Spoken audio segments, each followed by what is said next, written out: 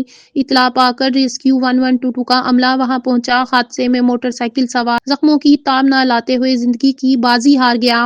Rescue عملے نے ضروری کارروائی کے بعد ڈیڈ باڈی مقامی پولیس کی موجودگی میں لواحقین کے حوالے کر دی۔ حادثے میں جاں بحق شخص کی شناخت 35 سالہ سردار خان کے نام سے ہوئی۔ آگے بڑھیں اور آپ کو بتاتے چلیں فتح جنگ روڈ اٹک سٹی میں عرصہ 4 سال سے پانی کی مین لائن ٹوٹی ہوئی ہے اور لوگ گندا پانی پینے پر مجبور ہیں اور مختلف بیماریوں کا شکار ہو رہے ہیں۔ مزید جانتے ہیں MB نیوز کے نمائندے حمید احمد آوان کی اس رپورٹ میں۔ جی یہ جو میں آپ کو دکھا رہا ہوں، یہ دیکھیں کہ پانی کتنی سپیڈ میں نکل رہا ہے۔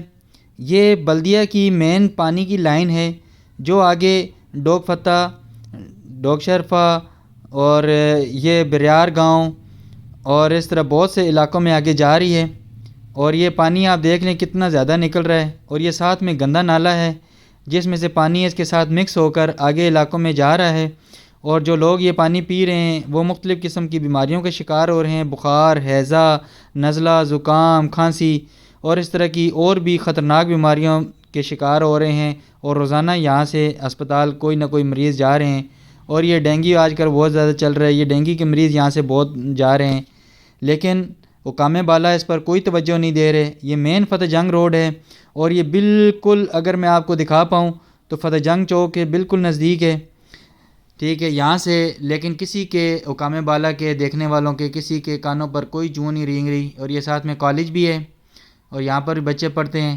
میری اعلیٰ حکام سے گزارش ہے کہ اس طرف بھرپور توجہ دیں تاکہ بیماریوں سے بچا جا سکے۔ جی آگے بڑھیں اور آپ کو بتاتے چلیں بھکر سے MB نیوز کے سٹی رپورٹر ملک رضوان اولک کی رپورٹ کے مطابق سیکٹری محکمہ بہبودہ آبادی پنجاب میڈم نادیہ ثاقب کی ہدایت پر ڈائریکٹر PME میاں امجد فاروق نے بہبودہ آبادی بھکر کے دفتر، فیملی ہیلتھ کلینک اور فیملی ویلفیئر سینٹرز کا تفصیلی دورہ کیا۔ دورے کے دوران انہوں نے دفتر اور سروس ڈلیوری سینٹرز کے ریکارڈ اور آلات کا معائنہ کیا اور محکمہ بہبودہ آبادی بھکر کی خدمات کی فراہمی کے حوالے سے کیے جانے والے اقدامات کو سراہا۔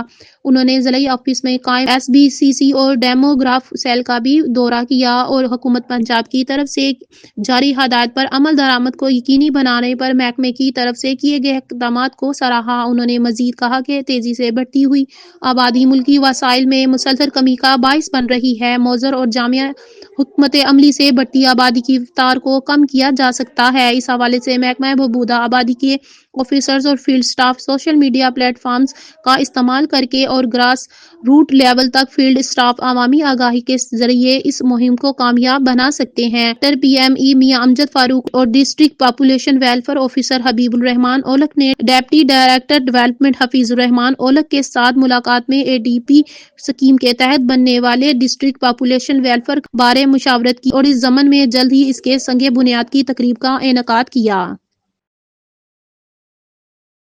آگے بڑھیں اور آپ کو بتاتے چلیں DPO عبادت نثار کی جامعہ مسجد بلال گلہ منڈی علاقہ تھانہ سٹی ٹوبہ میں کھلی کچہری۔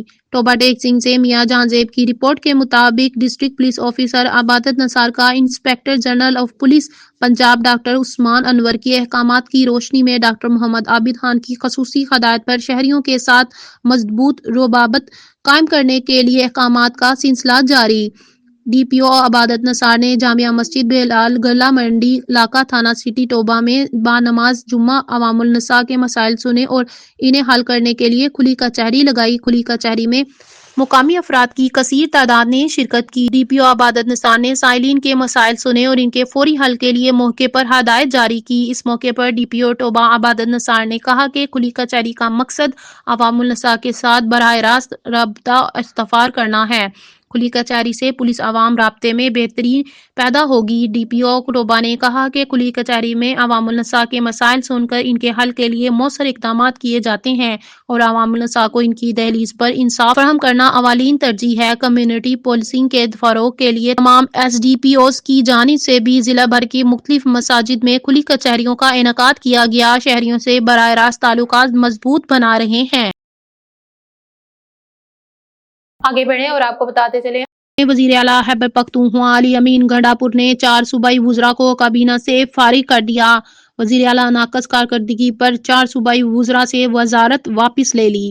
وزیر اعلیٰ نے صوبائی وزراء عاقب اللہ خان، طاہر شاہ تورو، سید قائم علی شاہ اور فیصل تارکی کو وزارت سے فارغ کر دیا۔ مختلف MNA کی جانب سے بار بار شکایات آ رہی تھی کہ وزراء ایک دن بھی پشاور میں موجود نہیں ہوتے۔ آپ وزراء صوبے کے وزیر ہو، کسی ایک گاؤں کے نہیں کہ پورا ہفتہ ایک گاؤں میں گزار لیتے ہو۔ اگر لوگوں کے مسائل نہیں حل کر سکتے تو گھروں میں بیٹھ جاؤ۔ کابینہ میں ایسے وزراء کو شامل کریں گے جو 24 گھنٹے اپنے دفتر میں موجود رہیں گے، جو عوام کے مسائل سن سکیں گے اور حل کر سکیں گے۔ علی امین گنڈاپور۔ آگے بڑھیں اور آپ کو بتاتے چلیں پاکستان تحریک انصاف کے ضلع جنرل سیکرٹری چودھری محمد شبیر گاڑی ایڈوکیٹ کا کہنا ہے کہ PTI کی قیادت نے چارٹر آف ڈیمانڈ تیار کر لیا ہے جو مذاکرات کے تیسرے روز میں پیش کر دیا جائے گا۔ بانی چیئرمین PTI کے ساتھ مشاورت کے لیے حکومت ہمارے لیے آسانیاں پیدا کریں ورنہ مذاکرات بے نتیجہ ختم ہو جائیں گے۔ شیخو پورہ سے MB نیوز کے بیورو چیف عظیم احمد یزدانی کے مطابق پاکستان تحریک انصاف کے تحصیل صدر چودھری جنید اکرم گجر ایڈوکیٹ کے والد علاقہ PP 148 کے معززین سے گفتگو کرتے ہوئے چودھری محمد شبیر گاڑی ایڈوکیٹ نے کہا کہ سال 2024 میں حکومت عوام کو ریلیف دینے میں ناکام رہی ہے۔ اس نے اپنا سارا زور PTI کو کچلنے پر لگا دیا جس کی وجہ سے عوام کے مسائل حل نہیں بلکہ مزید گمبھیر ہو گئے۔ انہوں نے کہا کہ عمران خان کی رہائی کے لیے احتجاجی تاریخ جاری رہے گی جس کے مذاکرات پر کوئی اثر نہیں پڑے گا۔ نیوز اسٹوڈیو سے فی الوقت اتنا ہی، دیکھتے رہیں MB نیوز کیونکہ MB نیوز ہے million broadcasting news net work.